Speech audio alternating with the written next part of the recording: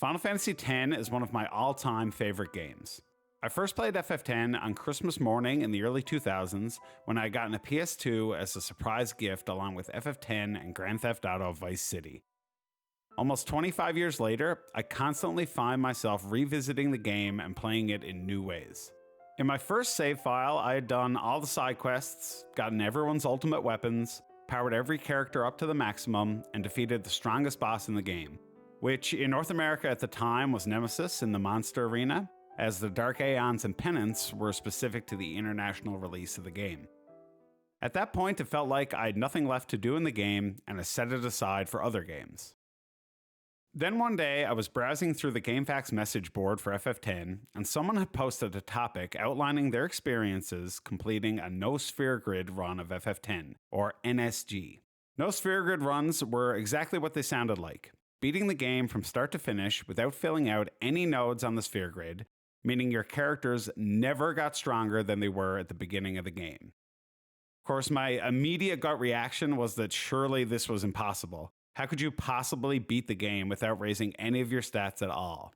Surely some boss would just immediately smack the party and it would be game over. As it turned out, completing the game with the no sphere grid restriction was not only possible, it wasn't even really that hard. I immediately started my own no sphere grid game, and after a few weeks of banging my head against a few bosses, I finally finished the game without raising anyone's stats. Riku's Steal, Use, and her Mix Overdrive are the main tools in a no sphere grid run that make it possible. From this point on, I was hooked on Final Fantasy challenges. Let's face it, the Final Fantasy games are, in general, not that difficult. But completing challenge runs is a great way to bring some new life into the old games while ramping up the difficulty. Soon I had moved on to other challenge runs like solo character challenges where you beat the game using only one character. I even eventually tried the iconic NSG, NS, NC, NO, NE, NN, E, NBB challenge, which stands for no sphere grid, no summons, no customization, no overdrive, no escape, no encounters, and no blitzball. Which, believe it or not, is possible, but that's a story for another time. As a side note, I haven't actually finished this run, but I am at Braska's Final Aeon, which is the last boss. One challenge run I completed in FF10 was a Kamari-only run, which was challenging, but a lot of fun. After this run, I thought about what other solo character runs could be done. Specifically, I thought about what a Yuna-only game would look like. Could you beat the game using only Yuna in battle? The simple answer to this is yes, because Yuna can summon Aeons in battle to fight for her, and Aeons can become pretty powerful. But what about a Yuna-only run where you don't use Aeons? Relying only on Yuna's pitiful physical strength would surely make for an interesting and difficult challenge. Of course, we could always branch out into one of the other characters' sphere grids, and once we get Steal and Use from Riku's path, the challenge all but disappears. So let's add one final restriction. A Yuna-only game with no summoning and only using Yuna's sphere grid. We will only be using Yuna in battle. This means other characters either have to escape battle or be killed off before Yuna can take any actions against the enemy. Yuna may never summon an Aeon unless forced to. For example, the Via Purifico section of the game is an exception, as you must summon Aeons to fight Isaru. Yuna may only activate nodes that are part of her normal sphere grid path. Skills, special, white magic, and black magic spheres are not allowed, as they would allow Yuna to activate nodes outside her path. Stat boosting spheres like HP spheres and strength spheres are allowed, provided that they are only used on empty nodes within Yuna's path. Key spheres, which unlock new areas of the sphere grid, are also allowed, as long as the nodes they unlock are part of Yuna's path and they don't allow Yuna to branch off into somebody else's path. So those are the rules for an own sphere grid, Yuna only, no summons challenge. And we first gain control of Yuna as a playable character towards the end of Besaid Island, and it's here that we'll pick up the challenge. As a side note, there are some sections of the game, like Beaconell Island and Home, where you don't have Yuna in your party. In these sections, we can do whatever we want to get past the fights, as those are not part of the challenge. The first boss battle after we get Yuna is the Sin Fin fight on the SS Leaky on the way to Kilika, and it turns out there's a huge problem with this fight. Yuna can only attack the Sin Spawn on the deck. The actual Sin Fin boss can only be targeted with ranged attacks, and Yuna has no ranged attacks. So we're gonna have to just skip this boss, as it is impossible for Yuna to attack it.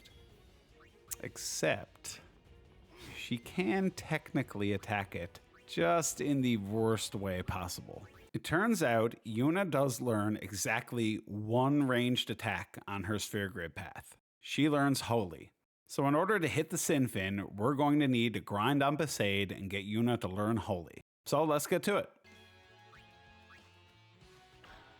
Well, that's great. So there are 3 enemies you can fight on Besaid. The Dingo, which Yuna hits fairly often, the Condor, which Yuna rarely hits, and the Water Flan, which Yuna always hits, but she only deals about 10 damage, and the Flan has 315 HP. Each of these enemies gives 2 AP per kill, allowing for a maximum of 6 AP per battle. They give 4 AP each if you overkill them, but even with a crit, Yuna comes nowhere near overkilling them. Here's the problem. Holy is found at the very end of Yuna's sphere grid path. It is the last node she gets before getting locked and needing to enter someone else's path. So, how long is it going to take for us to learn Holy before leaving Besaid? I completed a few battles and averaged out the time for each battle to be about 10 minutes, which includes time between encounters. The 2 biggest issues being the Water Flan taking forever to kill, and the Condor dodges a lot. Each battle gives either 4 or 6 AP, so let's say 5 as an average, and these are going to be really rough calculations. In order to reach Holy, Yuna needs to gain exactly 100 sphere levels from her starting position. After finding a reference chart online, I learned that this would require 578,600 AP total. So we have, roughly, 10 minutes per battle, 5 AP per battle, and 578,600 AP total required. This means to learn Holy and complete this challenge legitimately, it would take 2 years and 2 months of straight grinding. Now, I know that there are ways to make this faster. Obviously, the fights will get a little bit faster as Yuna gains levels. HP, evasion, accuracy, defense, and magic defense all help give Yuna more attacking turns and less turns wasted healing herself. However, the only strength nodes on Yuna's sphere grid are locked behind key spheres that we can't open at this point in the game, so she will always be stuck doing the damage we have now. So, is an own sphere grid Yuna only no summons challenge even possible? Well, technically, but it's extremely unlikely anyone would ever sink the time in to do it legitimately. But what if we did? What does the rest of the run look like if you do get Holy in Besaid? Well, I decided to find out, and so after over 2 years of 100% completely legitimate grinding that in no way involved a save editor, I had gotten the 100 sphere levels required to learn Holy and filled out Yuna's sphere grid in Besaid. Getting Holy and filling out all those sphere grid nodes obviously makes Yuna extremely overpowered for this point in the game. So after over 2 years of straight grinding, we can easily one-shot the Sinfin fight that was so troublesome before. Now we can finally get started with the rest of the run. So because we're going to be running away from most enemy encounters, the rest of this video will focus only on the bosses. After Sinfin, the bosses really don't get that tough for a while. Sinspan Jeannot was no problem, though at first I did forget that the tentacles absorb magic attacks. Chocobo Eater was also no problem. Just spam Holy and he went down very quickly. Sinspan Gui was the same story. Usually Gui is a bit of a turning point in most challenge runs, but we slapped him very easily. Then we arrived at Spheromorph, which I initially thought would be easy. Spheromorph attunes itself to an element and absorbs any element that isn't its weakness. For example, if it's attuned to fire, then it can only be harmed by ice or physical attacks. What I didn't realize is that this applies to Holy as well, and since Holy isn't the opposite element of anything, Spheromorph was always going to absorb Holy elemental attacks. This was our next roadblock. I thought of a few ways around this, but it wasn't long before I realized that the only way for Yuna to deal damage to Spheromorph was with her physical attack. Fortunately, I had made sure to win the first Blitzball game, which awards a Strength Sphere. This gives Yuna a +4 to her Strength stat, which finally gives us a way to increase her damage output that isn't Holy. The fight was still very slow though, and I had to waste turns healing every now and then. I had picked up the chest with 8 lightning marbles in Guado Salam, so I customized a lightning-proof armor for Yuna. At the start of the battle with Spheromorph, it picks a random starting element. All I had to do at that point was wait until it picked lightning as its starting element, and Yuna was immune to Spheromorph's magic attacks. I really wanted to make this fight faster, and the only way to do so was to increase Yuna's strength stat. As it turns out, there was another way to get more strength spheres at this point in the game, but unfortunately, it involves everyone's least favorite minigame: lightning dodging. The reward for dodging 50 lightning bolts in the Thunder Plains is 3 strength spheres, which would increase Yuna's strength stat by 12. This was a massive jump and was going to increase her damage output by a lot. So I resigned myself to the fact that I had to dodge some lightning bolts. I had done the 200 bolts for Lulu's Sigil once before in my life, so I wasn't too worried about getting the 50 I needed for the strength spheres. I made my way to the Thunder Plains and started dodging.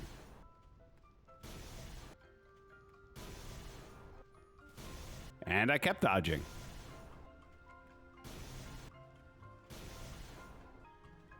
And I kept dodging. I had really found a good pattern here, but I lost count rather early. Eventually, I was sure that I had hit the 50 bolts needed, but I decided to just keep going until I got hit. And then, to my surprise, on my first attempt, and for the second time in my life, I randomly got the Venus Sigil with over 200 bolts dodged. As cool as that is, it's not what we're interested in here, and I quickly added the 12 strength to Yuna's grid and made my way back to Spheromorph. Now I was equipped with everything I needed, and eventually defeated it just by smacking it with Yuna's rod. With this hurdle finally completed, I was happy that I could go back to spamming Holy and moved on to the next boss, which is Crawler. Of course, my hopes of spamming Holy were quickly dashed as I remembered that the Negator disables all magic. So once again, even though we spent all that time grinding for Holy, we had to beat the boss just by smacking it with Yuna's rod. The fight wasn't too bad as long as I kept Yuna healed up with items, as I couldn't use her healing spells. If you didn't have a good few X potions at this point, I could see this fight being a real pain if you could only rely on high potions. Despite all this, the boss was not a major hurdle, and I quickly defeated him and moved on. We had now reached Seymour 1. This is usually a very tricky fight in most challenge runs, but aside from an unfortunately timed Shremedy, which confused Yuna, him and Anima were defeated quickly with the unstoppable strategy of spamming Holy.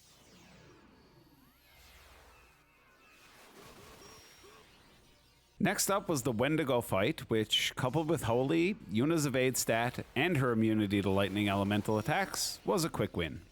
The next area of the game involves a section without Yuna in the party, as well as some force battles in the Via Purifico where Yuna must summon to advance. These were all easy and insignificant, so we'll pick the run up at Highbridge right before we fight Seymour 2. I was a little worried going into this fight because if I couldn't beat him, there aren't many options at this point in the game for new equipment or items that could help me, and I had already filled out Yuna's sphere grid as far as we could go. Fortunately, this fight wasn't an issue at all. We had picked up a stone-proof ring for Yuna on the Jose High Road that protected against his break attacks. This was also the same ring that we had customized lightning proof into, so we were protected against those as well. He could do some moderate damage with Flare, but ultimately, after 4 holy spells, he was defeated before he could do any real damage. We had finally arrived in the Calmlands, which always feels like a milestone in any FF10 run to me. There are a few different things we can do at this point, like some monster capturing to get some items for customizing armor, but I wasn't sure what I would actually need, so I just kept pushing forward to the Defender Z fight.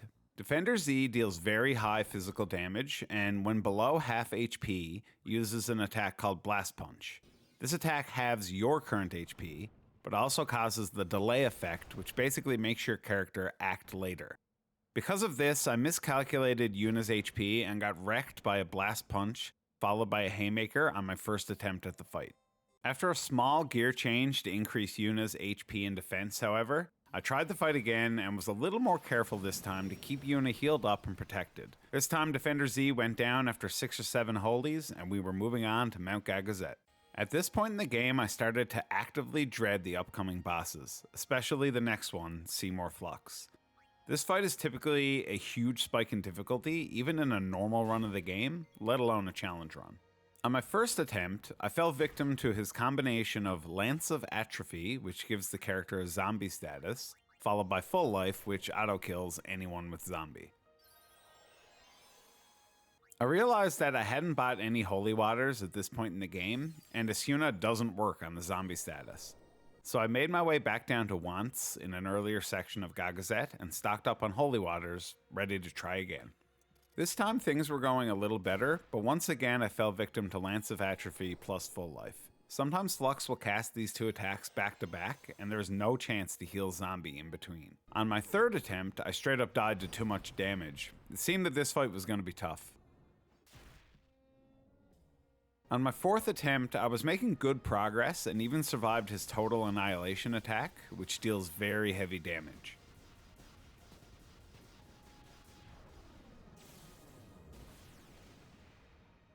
Seymour then casted Reflect on himself, which means I couldn't directly cast Holy, so I had to cast Reflect on Yuna to bounce the Holy spells off her to get around this.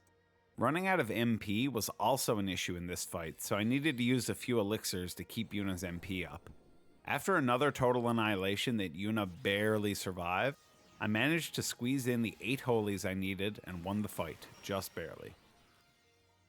Moving on through the rest of Gagazet, the next boss we come to is Sanctuary Keeper. This boss is super annoying as it casts Kiraga on itself often for 9999 HP, which completely negates a cast of Holy. If you counter this by casting Reflect on it, once Sanctuary Keeper is below 50% HP, it will cast Reflect on a party member and start bouncing its spells off them.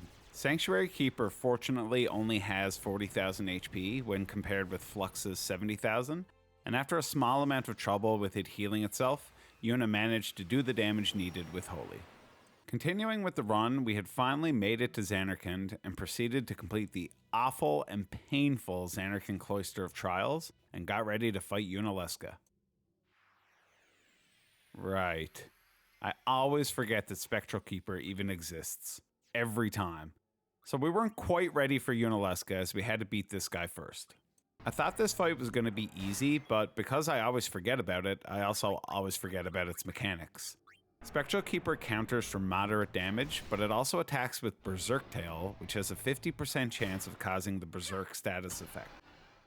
Once Yuna is berserked, we have essentially lost the fight, as all she will do is attack, and then die to Spectral Keeper's counterattacks.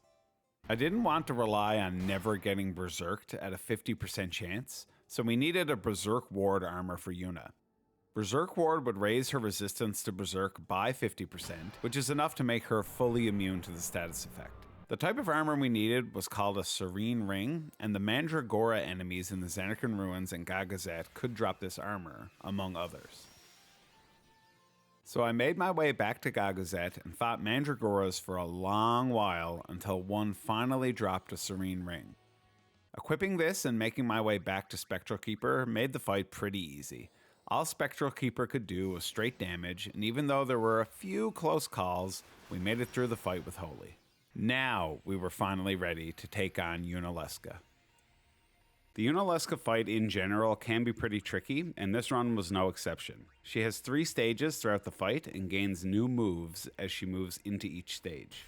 On my first attempt at the fight, I got no further than her first stage. She spams Absorb a lot in this stage, which takes off half of Yuna's max HP. She only has 24,000 HP at this point in the fight, so 3 holies would have gotten me past, but I accidentally got hit with 2 absorbs without healing in between and bit the dust. On my second attempt, I was a little more careful with healing and made it past her first form. In her second form, she uses the Hellbiter attack, which does a small amount of damage, but inflicts the zombie status, preventing Yuna from healing herself.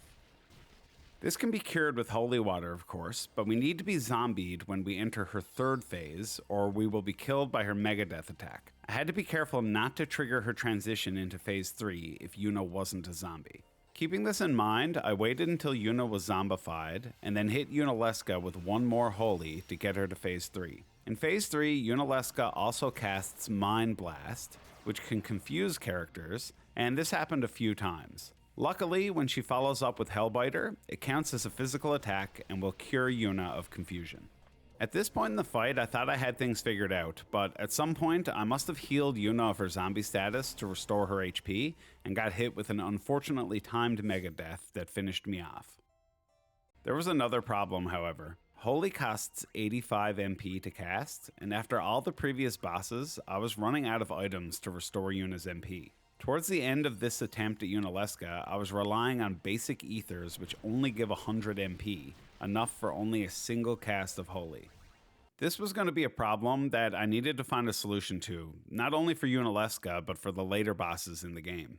Luckily, there was a perfect solution waiting just back at the Comlands. If you go to Remiem Temple in the southeast corner of the Comlands, there is a Chocobo Race minigame that awards prizes. You get prizes by beating the other Chocobo to the center, and the prizes get better depending on how many chests you get along the way.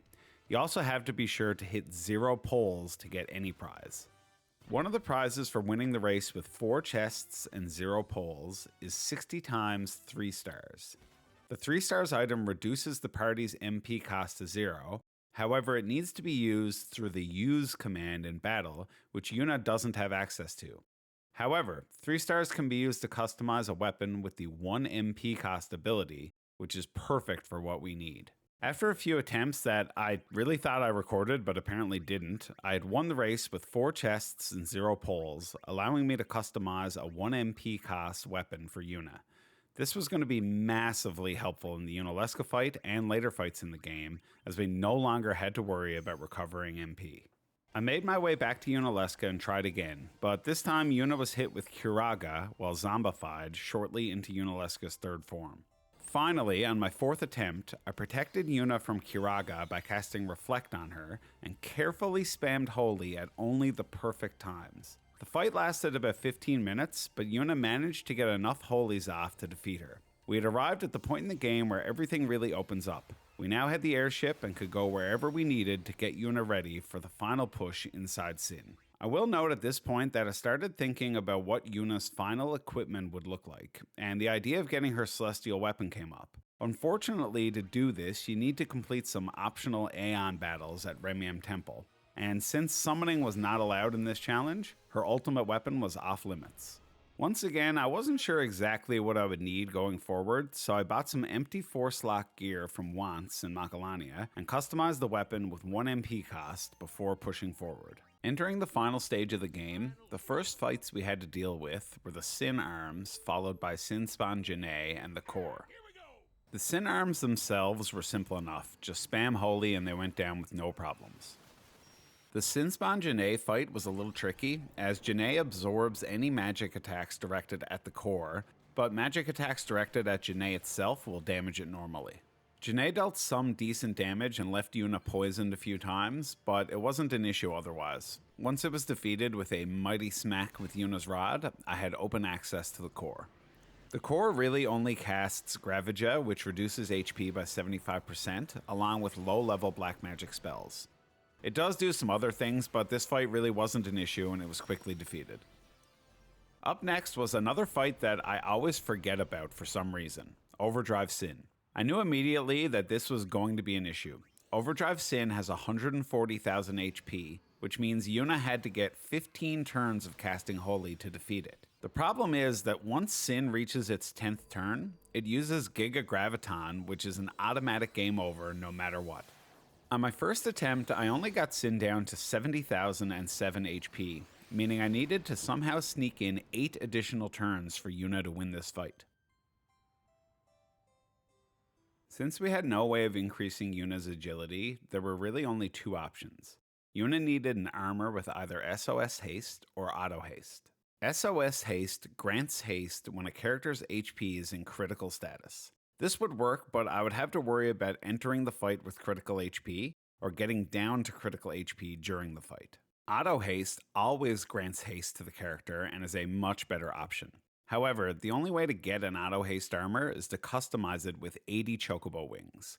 And to do that, we need to open the monster arena by capturing one of every fiend in the Comlands, and then also capture one of every fiend in the Thunder Plains. This rewards the player with 99 Chocobo wings. To capture fiends, you must defeat them with a capture weapon, so I couldn't just kill them with Holy. This was annoying as Yuna wasn't dealing a crazy high amount of damage with her physical attack.